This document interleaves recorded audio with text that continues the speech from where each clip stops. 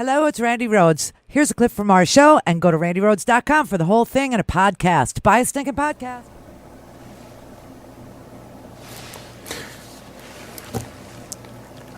I'd be honest with you. For the last couple of weeks, when I walk into this building and I get in front of this camera, I swear I feel like I'm in the movie network. I feel like Howard Beale. Americans are mad as hell. How much more can Americans take? Every single day berating people, lying. First it's a hoax. And then all along I knew it was serious. I knew it was a pandemic. How much more? How many people have to die?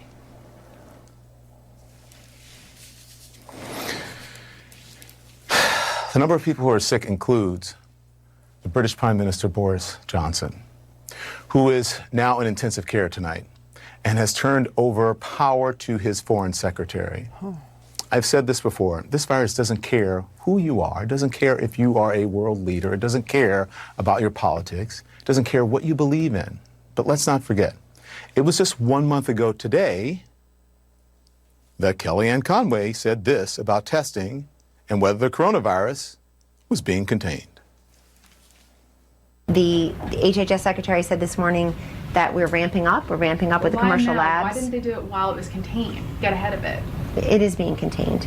And do you not think it's being contained? It's not being contained. Hello. Wasn't then. It isn't now.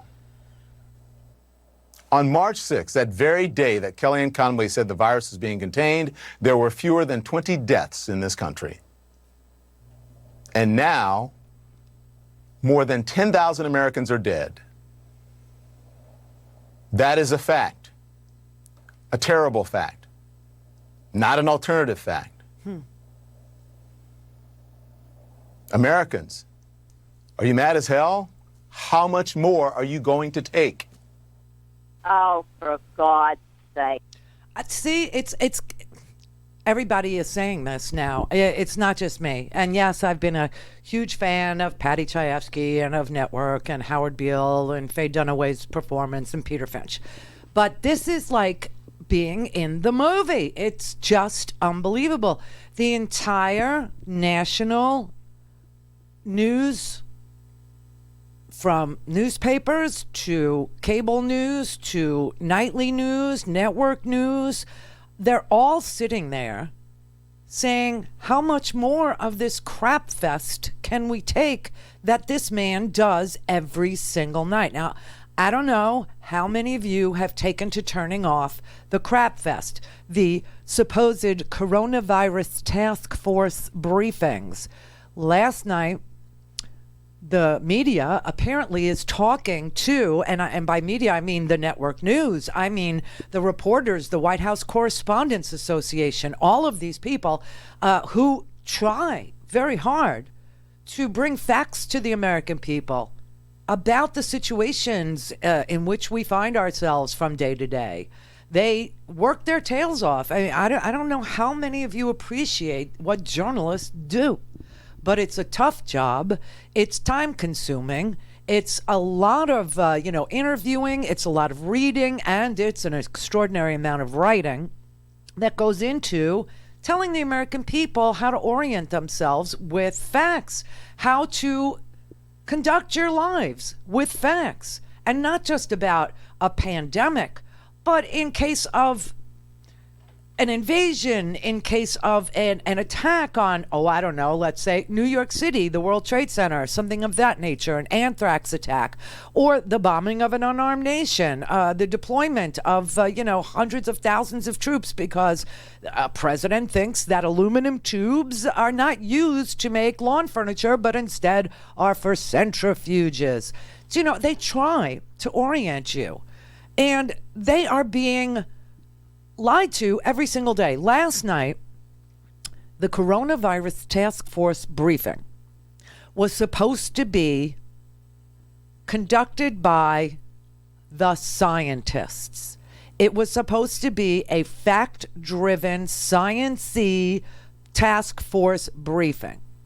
And the president of the United States literally walked in and hijacked it because the network news, the cable news, they had a lot of people had decided, everybody in the media had decided that they were going to not cover Trump's ranting, his lying, his bullying, his blaming, his lack of problem solving. And they were going to only show the Faucis, the Debbie Burks. They were only going to show people who coordinate materials, people who are responsible for coordinating materials, people who would respond to an inspector general's report that came out yesterday that said that there is a severe and widespread shortage of everything medical, everything from tests to gloves to masks to everything. Ventilators, all of the things medical professionals need, all of the things that patients require.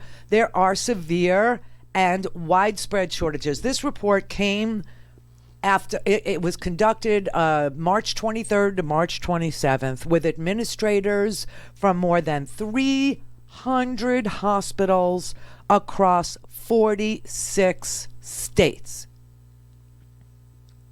Also Washington, D.C. and Puerto Rico, the territories, right? And it said, quote, the emergence of COVID-19 created unprecedented challenges for the U.S. hospital system.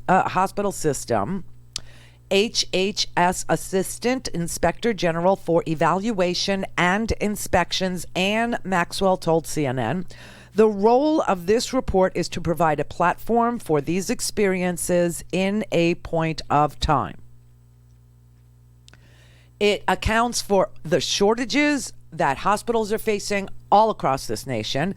It shows what they did to try and obtain equipment, that they went to paint stores and other retailers, that they went online, that they went to nail salons looking for face masks, that they went to any place you could possibly imagine to try to get protective gear.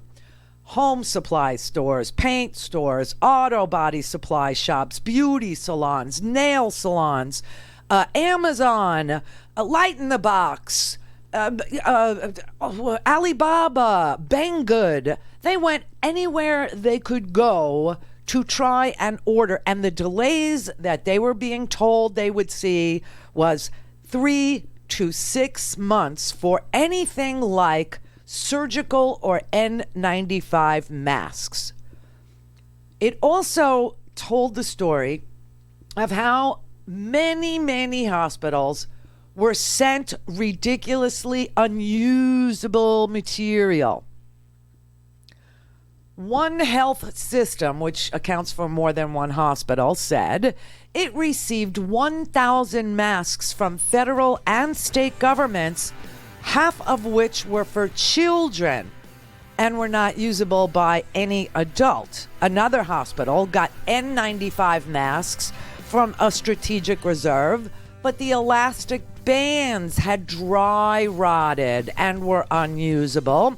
One hospital said it received 2 shipments from the feds, and it had personal protective equipment that expired 10 years ago in 2010. The woman who signed this particular Inspector General's report is the Deputy Assistant Inspector General. Her name is Christy Grimm. Christy has a master's degree from NYU, and she also graduated the Harvard University's Kennedy School of Senior Managers in Government. And Donald Trump decided to trash her. Go to RandiRhodes.com for the whole thing and a podcast. Buy a stinking podcast.